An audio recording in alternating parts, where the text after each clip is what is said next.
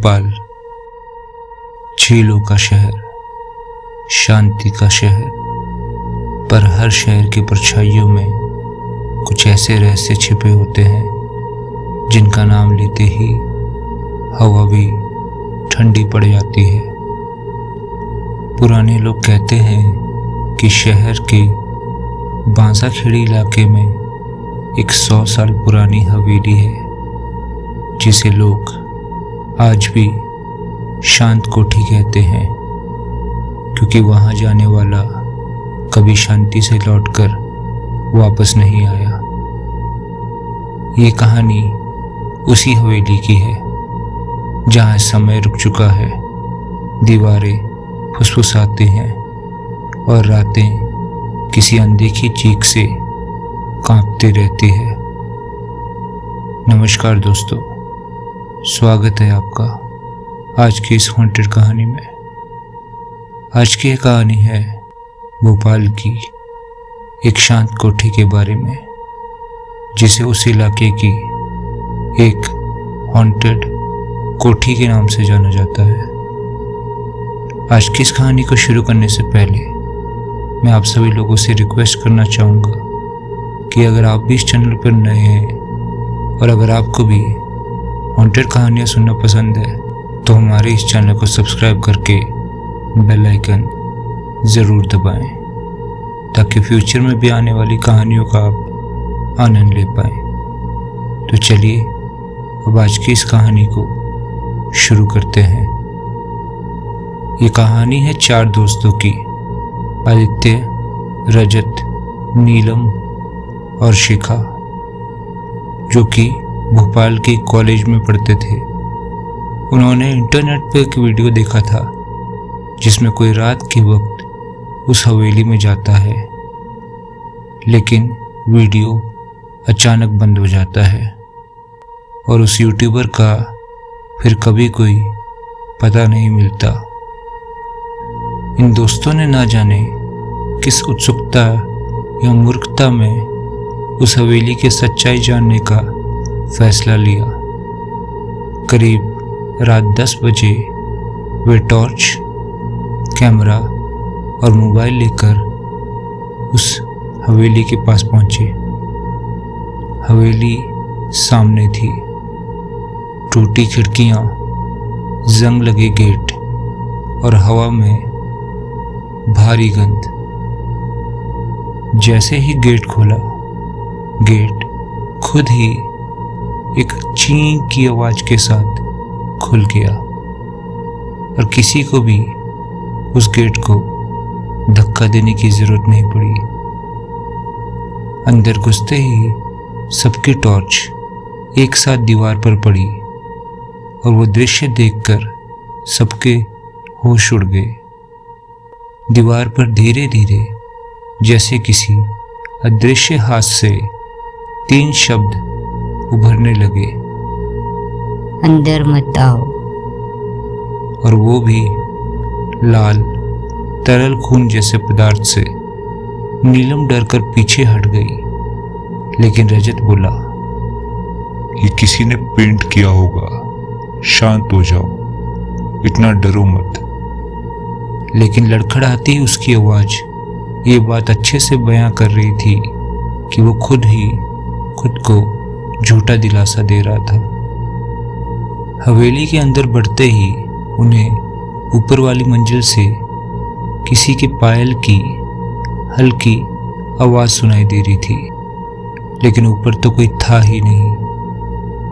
शिखा ने कांपते हुए कहा, ये आवाज इंसानी नहीं लग रही है ये तो। तभी अंधेरे से एक छाया तेजी से सीढ़ियों के पास से गुजरी। टॉर्च की रोशनी डालने पर वहां कुछ भी नहीं था, बस धूल में उभरे नंगे पैरों के निशान जो सीढ़ियों की तरफ से जा रहे थे। चारों का दिल एक साथ धड़क उठा। रजत थोड़ी देर बाद एक कमरे का दरवाजा खोलकर अंदर चला जाता है। जैसे ही वो अंदर गया, दरवाजा खुद ही जोरदार धमाके के साथ बंद हो गया। अंदर से रजत की चीखें आने लगी। लाइट बंद हो रही है, कुछ है यहाँ पे, कोई पकड़ रहा है मुझे। आदित्य और नीलम ने पूरी ताकत लगाकर दरवाजा खोला, पर दरवाजा जब खुला तो रजत को देखकर सबकी रूह कांप गई। उसकी गर्दन पर लंबे नाखूनों के गहरे निशान थे और वो बुरी तरह कांप रहा था, जैसे किसी ने उसे दबोच लिया हो। हवेली के आखिरी कमरे में एक पुरानी डायरी मिली। ये डायरी रागिनी नाम की एक लड़की की थी, जो 70 साल पहले इस हवेली में रहती थी। डायरी की आखिरी लाइनें थी, मैंने जो सुना वो आवाज़ नहीं थी, वो मेरी माँ भी नहीं थी, वो कुछ और ही था, और अब वो मुझे छोड़ने नहीं वाला। डायरी के बाद आखिरी पन्ने पर लाल रंग से उकेरी तस्वीर थी। एक औरत बिना आँखों वाली, पायल पहने हुए खड़ी देख रही थी, जैसे किसी को तलाश रही हो।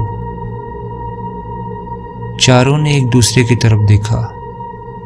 एक ही बात समझ में आई, ये हवेली सिर्फ प्रेतवादित नहीं थी, ये कब्जा किए हुए आत्माओं का घर था। जब वे भागने लगे, हवेली की सीढ़ियों से वही पायल की आवाज़ और तेज होने लगी। पीछे मुड़कर देखा, अंधेरे में कोई सफ़ेद साया नीचे की ओर बढ़ रहा था, धीरे धीरे पर लगातार करीब आता हुआ। दरवाजे तक पहुंचते ही हवेली के सारे दरवाजे और खिड़कियां धाड़ धाड़ कर बंद होने लगे। आदित्य जोर से चिल्लाया, भागो। चारों किसी तरह बाहर निकल गए। जैसे ही उन्होंने गेट पार किया, वो पायल वाली आवाज अचानक शांत हो गई। हवेली फिर वैसे ही खामोश, जैसे कुछ हुआ ही नहीं हो। चारों ने बाहर निकलने के बाद चैन की सांस ली, और उस रात के बाद कभी भी उस हवेली का उन्होंने नाम तक नहीं लिया। रजत आज भी कहता है कि कभी कभी उसे अपने कमरे में रात के समय उसी पायल की छन छन सुनाई देती है, और उसे लगता है वो साया उनके साथ हवेली से बाहर आ गया है। भोपाल के लोग आज भी कहते हैं, शांत कोठी में जो गया वो बदल कर लौटा है, और जो नहीं लौटा वो आज भी वहीं पर है। तो उम्मीद करता हूँ दोस्तों, आज की ये हॉन्टेड कहानी आपको बहुत ही ज़्यादा पसंद आई होगी।